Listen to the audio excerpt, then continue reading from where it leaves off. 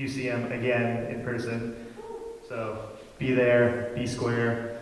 Other than that, in between that, you can join a small group. We have one men's small group, and we have two women's small groups. So you should definitely join one of those if you're not part of one of those. Yeah, so our koinonia question, what is your funniest Zoom experience?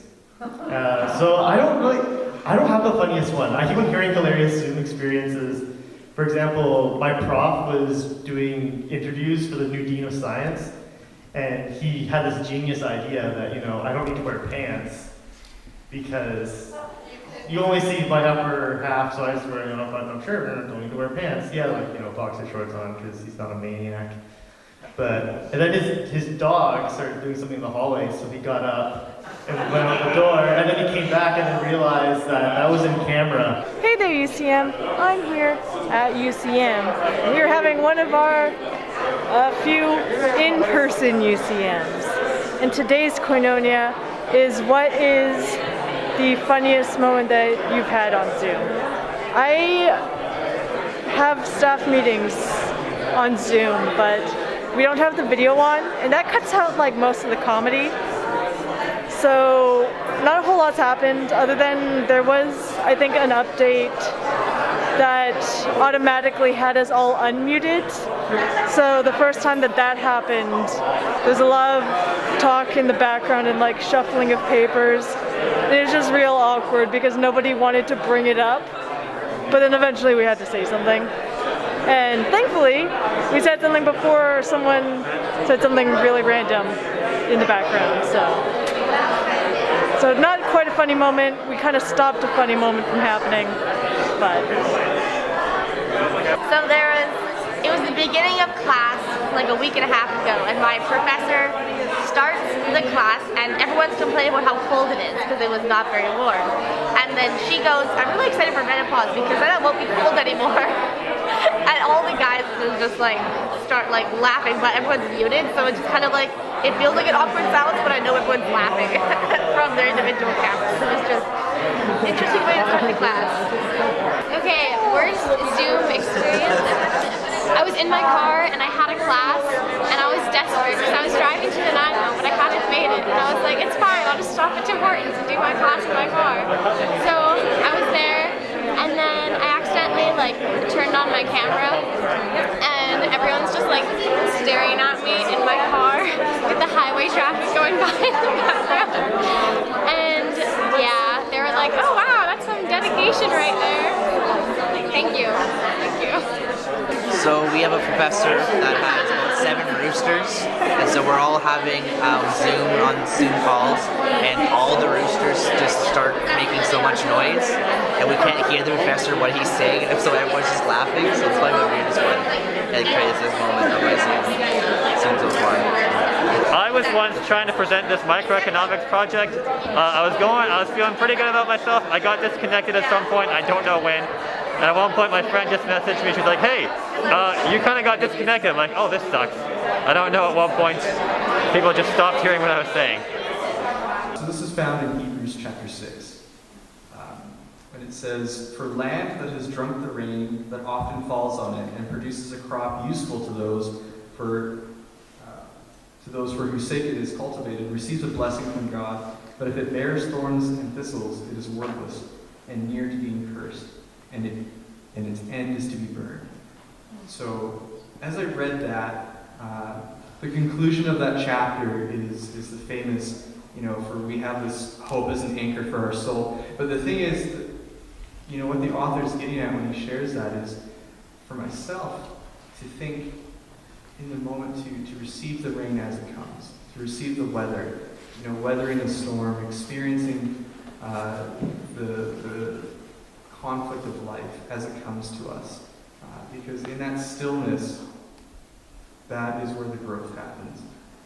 And when I read this, there's a beautiful peace that comes from it, because only through death can new life be born.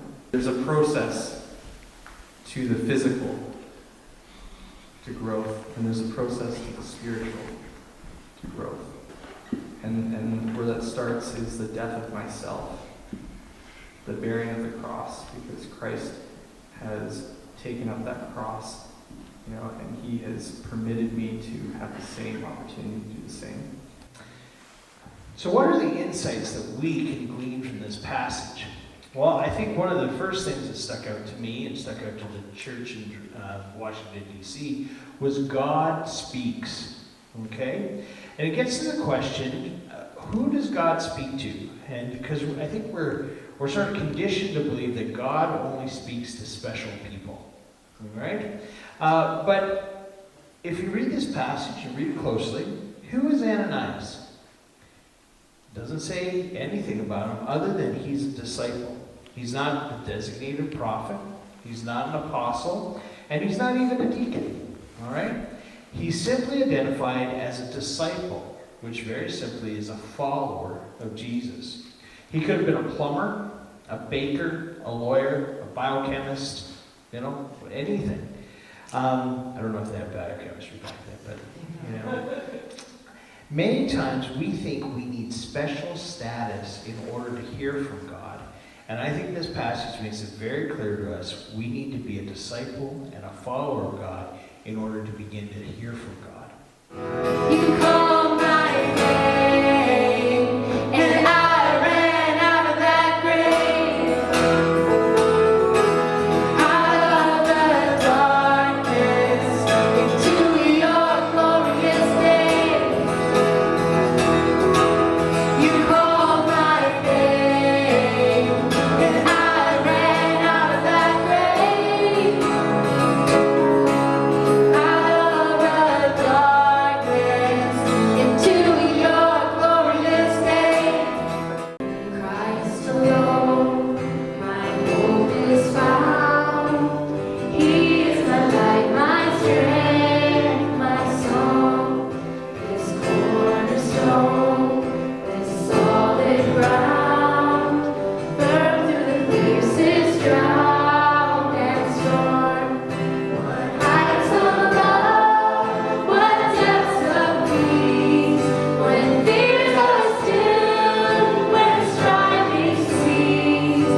My comforter, my all in all, here in the love of Christ I stand. The sin was great, your love was greater. What could separate us now? What a wonderful name it is. What a wonderful name it is. The name of Jesus Christ, my King.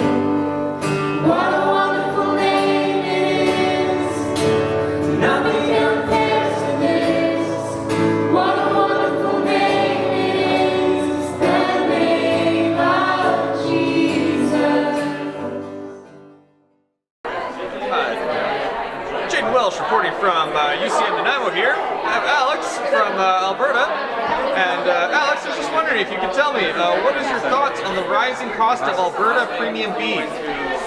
Well, there's a lot of types of beef out there, and I'd say premium is the best. But I'd say it's worth it to raise the costs, and I really want that premium beef, and I don't care what the costs are, I'll get it. Are you implying that remark sounds very anti-veganism of you? Or can you confirm or deny that you are against veganism? Well, I tried that for a while, but my friend Jimmy here, he's a struggling.